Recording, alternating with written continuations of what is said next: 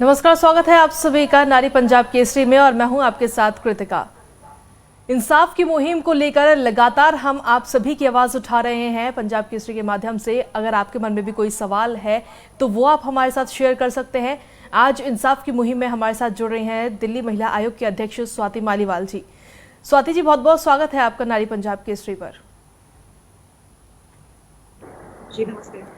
स्वाति जी, महिलाओं के खिलाफ जो अपराध हैं वो लगातार बढ़ते जा रहे हैं। ऐसे में सवाल ये उठता है कि आखिर इन बढ़ते अपराधों पर रोक कब लग पाएगी? जी, रोक तब तक नहीं लग सकती जब तक लोगों के अंदर डर नहीं होगा। आज सिस्टम का कोई डर नहीं है लोगों को लगता है कि किसी भी महिला, किसी भी बच्ची के खिलाफ कुछ भी कर देंगे, हाथरस जैसा जघन्य अपराध कर देंगे, लेकिन फिर भी ये सिस्टम उनका कुछ बिगाड़ नहीं पाएगा। और ये इसलिए हो रहा है क्योंकि कानून बन गए हैं लेकिन वो लागू नहीं होते। मैंने 2 बार अनशन करा है। एक बार 13 दिन का अनशन हुआ, एक बार 10 दिन का अनशन हुआ। मेरे अनशन के बाद देश में ये कानून भी बना कि छोटे बच्चों के बलात्कारियों को 6 महीने में फांसी की सजा दी जाएगी। लेकिन मुझे दूसरे अनशन पे बैठना पड़ा क्योंकि ये कानून बनवा दिया अनशन करके, लेकिन लागू नहीं करवा पाई। ना तो पुलिस के संसाधन बढ़ाए जाते, ना पुलिस की जवाबदेही तय की जाती, ना फास्ट ट्रैक कोर्ट्स बनाए जाते। और एक ऐसा सिस्टम है, इतना ढीला सिस्टम है जो कि एक बार एक लड़की का रेप हो जाता है, उसका फिर बार बार वही सिस्टम मिलके रेप करता है। इस सिस्टम को बदलने की जरूरत है। जब तक ये नहीं होगा तब तक ये हाथरस जैसे केस मतलब रुकने का नाम नहीं लेंगे। लेकिन जिस तरीके से मामले लगातार बढ़ रहे हैं, सिर्फ दिल्ली ही नहीं, यूपी नहीं, महाराष्ट्र नहीं, राजस्थान नहीं, बल्कि पूरे देश में ये आंकड़ा बढ़ रहा है। एनसीआरबी की अगर रिपोर्ट की अगर हम बात करें तो डेली 50 महिला और नारियां जो हैं इसका शिकार हो रही हैं। जी मैं बिल्कुल मानती हूँ। दिल्ली में तो रोज 6-7 रेप होते ही होते हैं। पूरे देश में ऐसे रेप हो रहे हैं और सिर्फ ये तो वो रेप हैं जिनके बारे में रिपोर्ट हो रहा है। ऐसे पता नहीं कितने केस होते होंगे जिनका किसी को पता भी नहीं चलता। आज भी मेरे पास एक महिला आई जिनसे मैं मिली, जिनकी बेटी को निर्भया की तरह बहुत बुरी तरीके से गैंग रेप करके मार दिया गया था 2012 में, और अभी तक वो केस लड़ रही है। फांसी की सजा का ऑर्डर भी हो गया लेकिन वो फांसी की सजा अभी तक नहीं हो पा रही। तो दिन में हर दिन मैं ही कितने ऐसी महिलाओं से मिलती हूँ जिनके साथ बलात्कार हुआ है, जिनके साथ कितना जघन्य अपराध हुआ है, लेकिन उनको कोई रिलीफ नहीं है, उनको कोई भी न्याय नहीं है सिस्टम में। तो जब तक लोगों के अंदर डर नहीं बैठेगा, लोगों को एक मैसेज ये सिस्टम नहीं देगा कि हर हाल में सजाएं होंगी, तुरंत सजाएं होंगी, सिस्टम द्वारा प्रोसेस द्वारा सजाएं होंगी, तब तक मुझे नहीं लगता बहुत कुछ सकते। और अब तो ये हाल हो गया है कि 8 महीने की बच्ची के साथ भी बलात्कार हुआ है। 90 साल की औरत के साथ दिल्ली में अभी 1 महीने पहले बलात्कार हुआ। इतनी बुरी तरीके से उस अम्मा का रेप करा गया। 3-3 घंटे तक वो पूरी मतलब इतनी जघन्य अपराध चलता रहा, लेकिन किसी को शायद फर्क ही नहीं पड़ता। हाथरस के केस में भी अगर आप देखिए तो यूपी सरकार की क्या रोल है, क्या रिस्पॉन्सिबिलिटी? ना तो वो एफआईआर समय में दर्ज करे, ना उन्होंने समय में अरेस्ट करा, यहाँ तक कि लड़की की लाश को, डेड बॉडी को उन्होंने जला दिया बिना उसके पेरेंट्स को इन्वॉल्व करे। मतलब और क्या करें? पूरी की पूरा एडमिनिस्ट्रेशन अब वहां पे खड़ा है। एक तरीके से दहशत का उन्होंने माहौल बना रखा है उन पेरेंट्स के ऊपर। तो ये क्या किस तरीके का सिस्टम है जो कि लड़की का ही रेप बार बार करता है और उन आदमियों को सपोर्ट करता है। हमारे नेता कैसी कैसी बातें करते हैं। नेता कहते हैं कि लड़के गलतियां हो जाती है, लड़की ने कुछ करा होगा, ऐसी लड़कियां खेतों में फंसाती हैं, ऐसी लड़कियां मोबाइल फोन क्यों यूज करती हैं, चाउमीन क्यों खाती हैं, छोटे कपड़े क्यों पहनती हैं, रात में क्यों बाहर निकलती? अरे हद होती है। ऐसे नेताओं को भी पूरा देश कहीं ना कहीं एनकरेज करता है क्योंकि ये वही नेता है जो बार बार वापस आता है। अभी मुजफ्फरपुर का इतना गंदा इंसिडेंट हुआ था जिसको सबको पता है, पूरे देश को उसने रुला दिया था इंसिडेंट। 36 से ज्यादा लड़कियों के साथ बलात्कार हुआ था शेल्टर होम में। जिस औरत ने और उसके पति ने मिलकर ये पूरा कांड रचा, उस औरत को दोबारा टिकट मिल रहा है, वहीं से लड़ाई लड़ने के लिए टिकट मिलकर उसको फिर इलेक्शन में सपोर्ट करा जा रहा है। तो एक ऐसा सिस्टम है कि रेपिस्ट को सपोर्ट करने वालों को सपोर्ट करता है और जो लड़की है उसका बार बार रेप।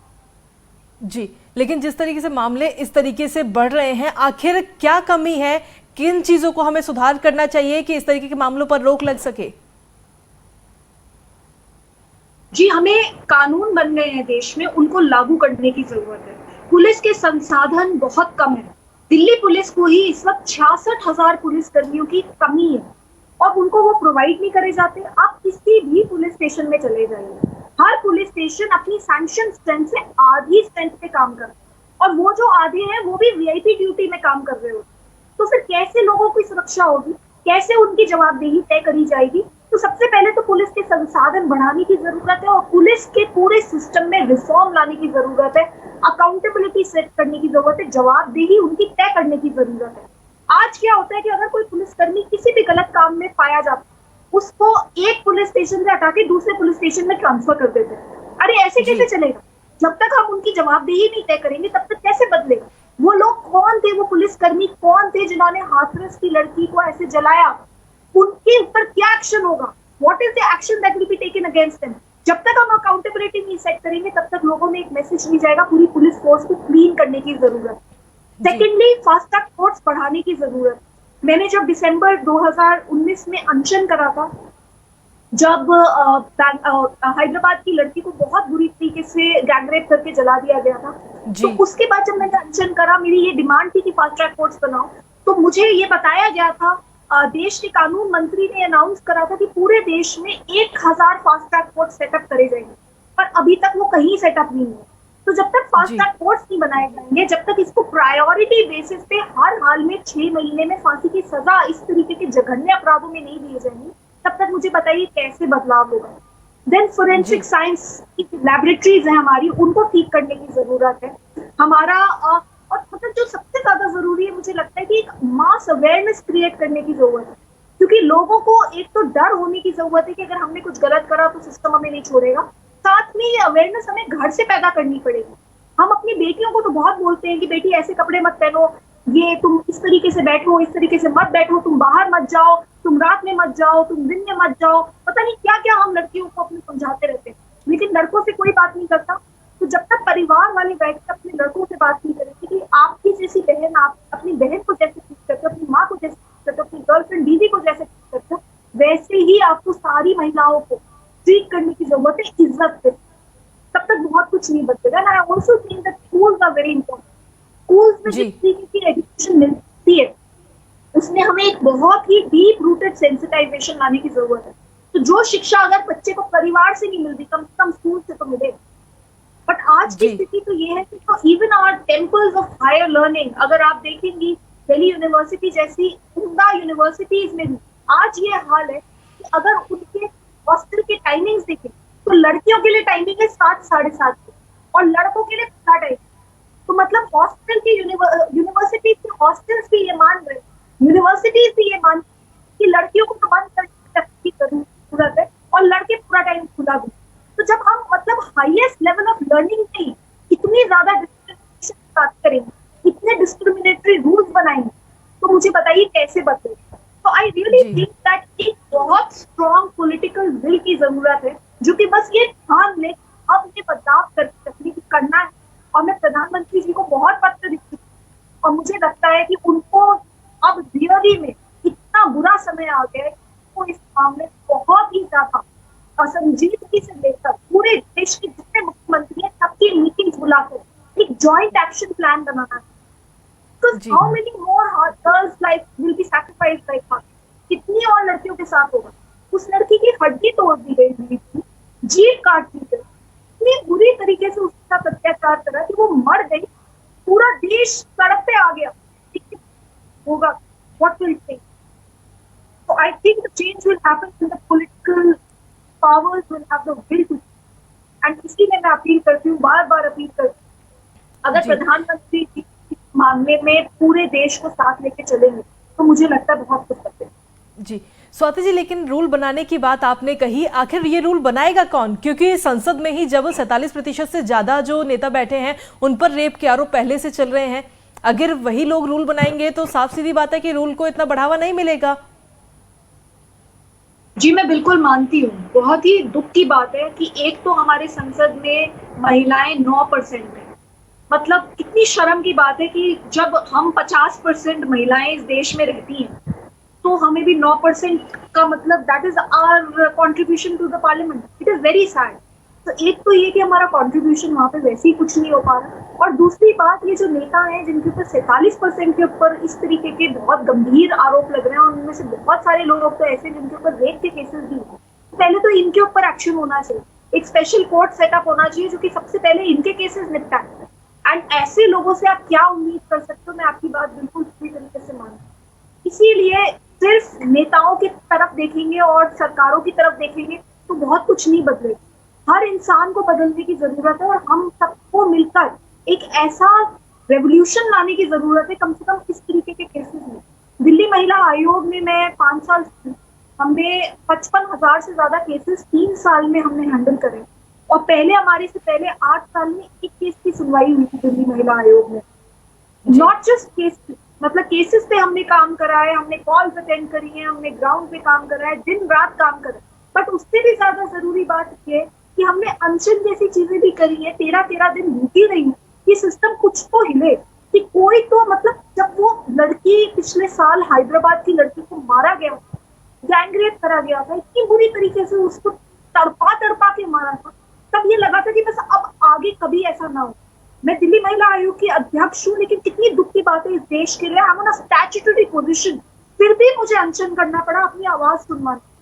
लेकिन 13 दिन के बाद मैं ही अस्पताल पहुंच गई, मुझे ही दिल्ली पुलिस ने अस्पताल में एडमिट कराया, क्योंकि मैं 10 किलो मेरा कम हो गया था और बहुत समस्या में थी और बुरे हाल में थी, तो मुझे ही उन्होंने एडमिट करा दिया, लेकिन बदलाव नहीं। तो वो बदलेगा कब? क्योंकि एक पालीवाल की लड़ाई नहीं है, जब तक ये हम सबकी लड़ाई नहीं होती तब तक कुछ बदलाव नहीं हो पाएगा।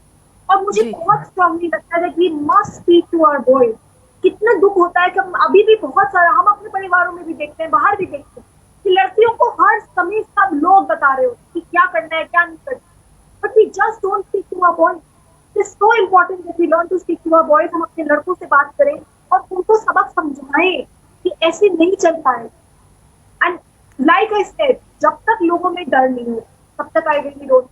जी, क्या आपको लगता है कि ये बड़ा जो बदलाव है जिसकी हम बात करते हैं कि बदलाव लाने की जरूरत है, क्या 2013 में जो अन्ना आंदोलन हुआ था उस तरीके के किसी आंदोलन के जरिए ये बदलाव लाया जा सकता है? जी मैं बिल्कुल मानती हूँ, क्योंकि सरकार तो, आप जैसे बता रहे, सही बात कह रहे हैं कि जब संसद में इतने सारे आरोपी बैठे हैं और जब संसद में जो महिलाएं, गिनी चुनी महिलाएं हैं, उन पर भी हमारे जो पुरुष सांसद हैं कमेंट कसने से नहीं बाज आते, नहीं चूकते, तो आप सोच सकते कि वहां पे हम क्या एक्सपेक्ट करते हैं, हाउ इज इट कि वो बदनाम करें। तो आंदोलन को बहुत ज्यादा जरूरत है।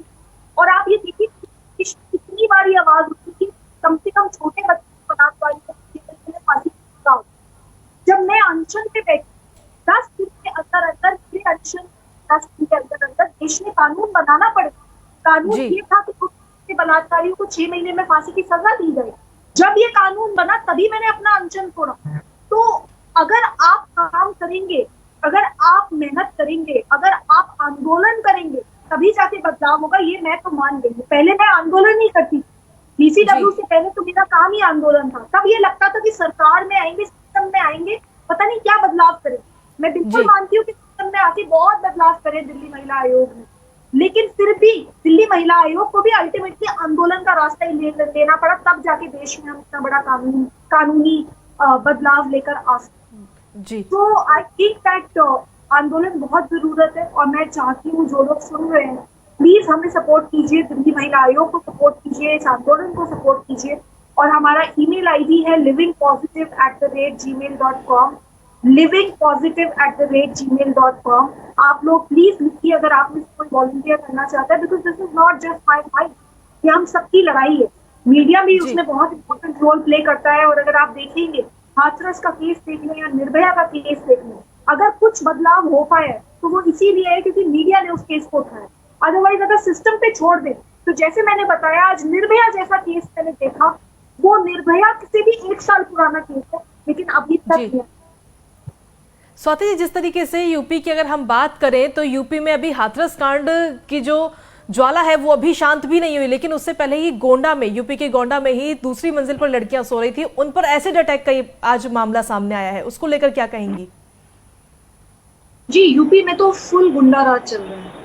यूपी में मुझे लगता है कि गुंडों की सरकार चल रही है, क्योंकि अगर गुंडों की सरकार ना होती तो जो हुआ वो नहीं हो सकता। गुंडागर्दी तो है कि हाथरस की लड़की के शव को जला दिया गया बिना उसके पेरेंट्स को मिलाए हुए।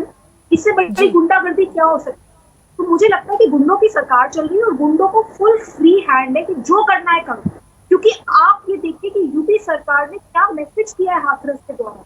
यूपी सरकार ने हाथरस के द्वारा ये किया है कि जो भी गुंडे हैं उनको सपोर्ट करेंगे, उनको अंत तक हम बचाएंगे। और जो विक्टिम है, जो उनका परिवार है, उनके ऊपर हर तरीके के अत्याचार। तो ये जो गोंडा का की घटना है, कितनी दुखद घटना है। लेकिन मैं मतलब अब यूपी से कोई खबर आती है तो ऐसा लगता है कि हाँ ये हो सकता है, मतलब ये तो होना ही। जब उन्नाव की बेटी के साथ इतनी बड़ी घटना घटी, मैं जब वहां पे पहुंची थी 4 दिन तक मैं दिल्ली महिला आयोग की अध्यक्ष, मेरा कोई रोल नहीं बनता यूपी में, लेकिन मुझसे रहा ही नहीं गया क्योंकि मुझे ऐसा लगा कि उस लड़की को मार देंगे अगर वहां पे मैं नहीं, क्योंकि उसका जी एक्सीडेंट करा दिया गया था। मैं उस दिन, मुझे अभी तक याद है, मैं संडे की रात थी, मैं वापस आई थी अपने घर में। I had just come back from work, मैं काम से वापस आई थी और मैंने जैसे ही टीवी ऑन करा मेरे को ये रियलाइज हुआ कि इस लड़की का एक्सीडेंट कराया गया और ऐसे ट्रक के द्वारा कराया गया जिसका नंबर प्लेट भी नहीं है। और अब ये जी लड़की को वहां पे भी हॉस्पिटल में भी मार दिया। तो मैं रातों रात वहां पे अस्पताल पहुंची। 4 दिन तक मैं लखनऊ में वहीं पे अस्पताल में पड़ी रही लड़की के साथ। उस लड़की को हमने एयरलिफ्ट करा के दिल्ली लेकर आए। आज वो लड़की बची हुई भी है और दिल्ली महिला आयोग के द्वारा उसको घर भी मिला हुआ है और हमने उसको रिहेबिलिटेट भी करा है। लेकिन मैं आपको बताना चाहती हूँ कि वो जो 4 दिन में यूपी में वहां पे थी, उन 4 दिनों में यूपी सरकार का कोई भी बड़ा नुमाइंदा उस लड़की से मिले नहीं। यूपी विमेन कमीशन चौथे दिन की, मतलब जब हम निकल रहे थे यूपी की वो लड़की को एयरलिफ्ट करा रहे थे, तब जाकर बस 5 मिनट में उन्होंने अपना कुछ कर दिया। तो जी ये हालात है यूपी। तो यूपी का तो बिल्कुल गुंडा राज का सिस्टम है, वहाँ बाहुबली सिस्टम चलता है। बाहुबलियों का और जो गुंडे हैं उनको सपोर्ट करती है सरकार, वहाँ खुल के सपोर्ट करती है और लिटरली चैलेंज करती है, जो करना है कर लो, हम तो ऐसे ही करेंगे। मुझे लगता है जी कि यूपी में इस तरीके के केसेस जितने आ रहे हैं, या तो योगी आदित्यनाथ जी इनके ऊपर सख्त कार्यवाही करके संज्ञान लें, नहीं तो रिजाइन करें। जी लेकिन आप खुद दिल्ली महिला आयोग की अध्यक्ष है, दिल्ली में जो क्राइम बढ़ रहा है उसको लेकर आप क्या कुछ कदम उठा रही हैं? जी, मैं तो अपनी तरफ से पूरी कोशिश कर रही हूँ। चाहे शनिवार हो, चाहे इतवार हो, चाहे रात हो, चाहे दिन हो, हम लोग रेड्स भी कर रहे हैं। हम लोग स्पा में भी जाके रेड कर रहे हैं। हम जीबी रोड से भी लड़कियों को निकाल रहे हैं। हम जो जी बाहर से लाई हुई लड़कियों को बेच दिया जाता है, हर दूसरे दिन हम एक बच्ची बचा रहे हैं। आज भी मेरे पास अभी बिहार से एक लड़की हमने रेस्क्यू कराई है, वो अभी आकर मेरे से मिली है। तो दिल्ली महिला आयोग तो सातों दिन 24 घंटे फुल काम कर रहा है। अगर दिल्ली महिला आयोग को केंद्र सरकार, दिल्ली पुलिस और भी बाकी सरकारों की अगर सपोर्ट मिल जाए और एक कोऑर्डिनेटेड तरीके से सपोर्ट मिल जाए, तो मुझे लगता है बहुत कुछ बदला जा सकता है। मैं स्पेशली दिल्ली पुलिस और केंद्र सरकार से मेरी ये डिमांड है, क्योंकि दिल्ली पुलिस और केंद्र सरकार ही डायरेक्टली क्राइम से रिलेटेड है। तो अगर वो कर पाएंगे तो बहुत कुछ करने की जरूरत है और साथ ही जी दिल्ली सरकार को भी बहुत बदलाव करने की जरूरत है। ये सारे लोग अगर मिलके करेंगे तभी कुछ बदलाव हो सकता है। अदरवाइज तो एक केस होता है, उसके ऊपर राजनीति होती है, उसके ऊपर पॉलिटिक्स होती है, उसके ऊपर शोर शराबा होता है और फिर हम इंतजार करते हैं कि कब दूसरा केस। जी लेकिन जब भी इस तरीके की दरिंदगी या कोई भी मामला सामने आए तो अक्सर लड़कियां या महिलाएं जो हैं वो इस डर की वजह से केस दर्ज नहीं कराती कि अगर हम केस दर्ज कराएंगे तो ये मामला सबके सामने आ जाएगा और उन्हें कहीं ना कहीं शर्म महसूस होती है। लेकिन वो तमाम कोशिश के बावजूद थाने तक पहुंचती है अपना केस दर्ज कराने के लिए, उसके बाद में वहां पर उनका केस दर्ज नहीं किया जाता। जी, बहुत ही ज़्यादा शर्म की बात है कि हमारे देश में ऐसा होता है कि अगर एक लड़की के साथ बलात्कार हो जाता है तो उसी से सवाल पूछे जाते हैं। हमारे देश में निर्भया तक को ये जवाब देना पड़ा कि वो रात में क्यों गई थी, दिन में क्यों नहीं गई, ऑटो में क्यों नहीं गई, बस में क्यों गई, वो लड़का कौन था, कहीं बॉयफ्रेंड तो नहीं था। तो ये इस तरीके की बातें जब रेप सर्वाइवर्स, रेप विक्टिम्स के खिलाफ करी जाती हैं, तो आप सोचिए कि कितना दर्द होता होगा उनको कि एक तो रेप हो गया, इतना जघन्य अपराध हो गया और उसके बाद constantly one after the other हमें कोर्ट में भी समझाना है, पुलिस को भी समझाना है, and on top of it समाज के लोग भी आपसे 50 तरीके के सवाल करते हैं, बिकॉज लोगों में बहुत इनसेंसिटिविटी। तो I think it is very shameful. Secondly, reporting Delhi में मैं ये कह सकती हूँ कि दिल्ली तक में ऐसा हालात है कि काफी केसेस में रिपोर्ट नहीं होता, बट दिल्ली में क्योंकि दिल्ली महिला आयोग काफी एक्टिव है। और मैं सबसे ये बोलना चाहूंगी कि अगर आपको लगता है कि आपके केस में एफआईआर नहीं दर्ज हो रही दिल्ली में, तो आप 181 पे कॉल कीजिए। दिल्ली की 181 दिल्ली महिला आयोग चलाता है। हमारी टीम वहां पे आएगी, आपके साथ जाएगी और पुलिस ने FIR दर्ज कराएगी। ऐसे हमने कई हजार FIR इस तरीके से दर्ज कराए हैं। तीसरा, मैं आप सबको ये बताना चाहती हूँ कि जब निर्भया का रेप हुआ था, देश में बहुत कानूनी बदलाव हुए थे। एक बड़ा इंपॉर्टेंट कानूनी बदलाव हुआ और वो कानूनी बदलाव ये है कि अगर कोई पुलिस वाला आपकी रेप की FIR दर्ज करने से मना करता है तो उसके ऊपर FIR होगी। तो इस कारण से भी जहां जहां अवेयरनेस है वहां वहां रिपोर्टिंग बेटर हुई। तो दिल्ली में इस बात को लेकर थोड़ी अवेयरनेस है तो रिपोर्टिंग बेटर हुई। पर आप ये देखिए कि वहां पे पूरा का पूरा सिस्टम ही रेपिस्ट को सपोर्ट करता है, वहां तो क्या ही आप ये FIR करने की बात करेंगे, क्योंकि यूपी में जहाँ पे आपका सिस्टम रेपिस्ट को सपोर्ट कर रहा है, चाहे वो उन्नाव का केस देख ले, चाहे वो ये अब जो हाथरस का केस हुआ है, उसमें देखिए कितनी मुश्किल हुई है FIR दर्ज कराने में। और वो तो लड़की के साथ इतना जघन्य अपराध हो गया तो पता भी चल गया लोगों को। अगर वो रेप होता, मतलब बस लड़की अगर बची हुई होती, रेप होता, हो सकता है तब तो बिल्कुल पता ही नहीं चलता। पता नहीं कितनी जगहों पे, कितनी अपने देश में इस तरीके की हालत हो रही है। तो कानून का काम है कि लोगों को बचाना, लोगों को प्रोटेक्ट करना, एंड स्पेशली उन लोगों को प्रोटेक्ट करना जिनकी कोई आवाज नहीं है इस सिस्टम में। बट अनफॉर्चुनेटली देश का कानून ऐसा खोखला हो गया है, वो उन लोगों को ज्यादा सपोर्ट करता है जो कि रेपिस्ट की जो तरीके की मेंटालिटी है, और इसीलिए इस तरीके के जघन्य अपराध बढ़ते जाते हैं। जी, निर्भया कांड की आपने बात की, 2012 में ये पूरा कांड हुआ था, लेकिन उसके बाद में तमाम आंदोलन हुए, इंडिया गेट पर लोग पहुंचने लगे, तमाम कैंडल मार्च निकाले गए और तब जाकर के जो अपराधी हैं उनके खिलाफ जो सजा है उसका प्रावधान हुआ। लेकिन उस मामले में भी कई साल लग गए सजा देने में, उसके बावजूद कानून में चेंज कर दिया गया। लेकिन क्या 8 सालों के बाद में आपको लगता है कि कानून में कुछ बदलाव हुआ है? जी, कानून में तो बहुत बदलाव हुए हैं। जैसे मैंने बताया, मेरे अनशन के बाद ही इतना बड़ा कानून बदला कि भाई 6 महीने में फांसी की सजा देंगे रेपिस्ट को। तो कानून तो बड़े स्ट्रांग हो गए, लेकिन कानून है तो एक कागज का टुकड़ा ना। तो उस कागज के टुकड़े को जब तक जमीन पे लागू नहीं करवाएगी सरकार, तब तक कैसे बदलाव?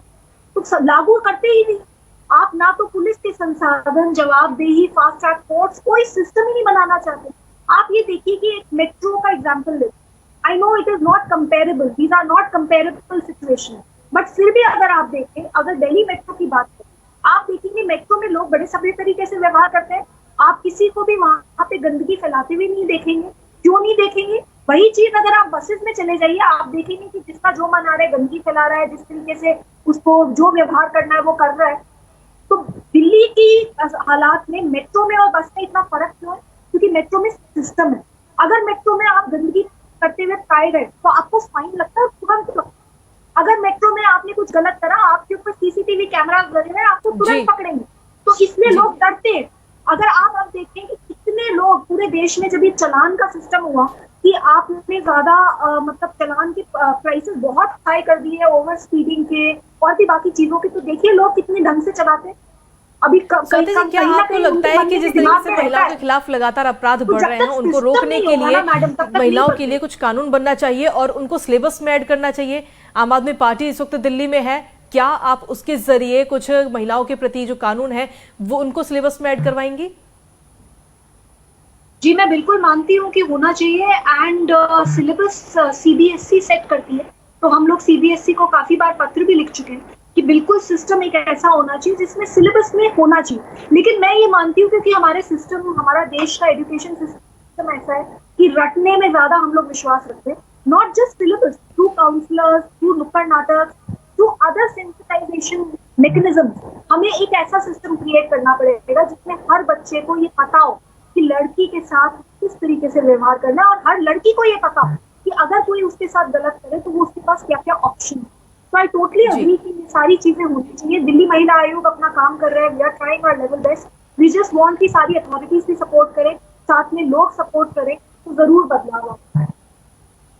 जी चलिए, बहुत बहुत धन्यवाद स्वाति जी अपना कीमती समय नारी पंजाब केसरी को देने के लिए।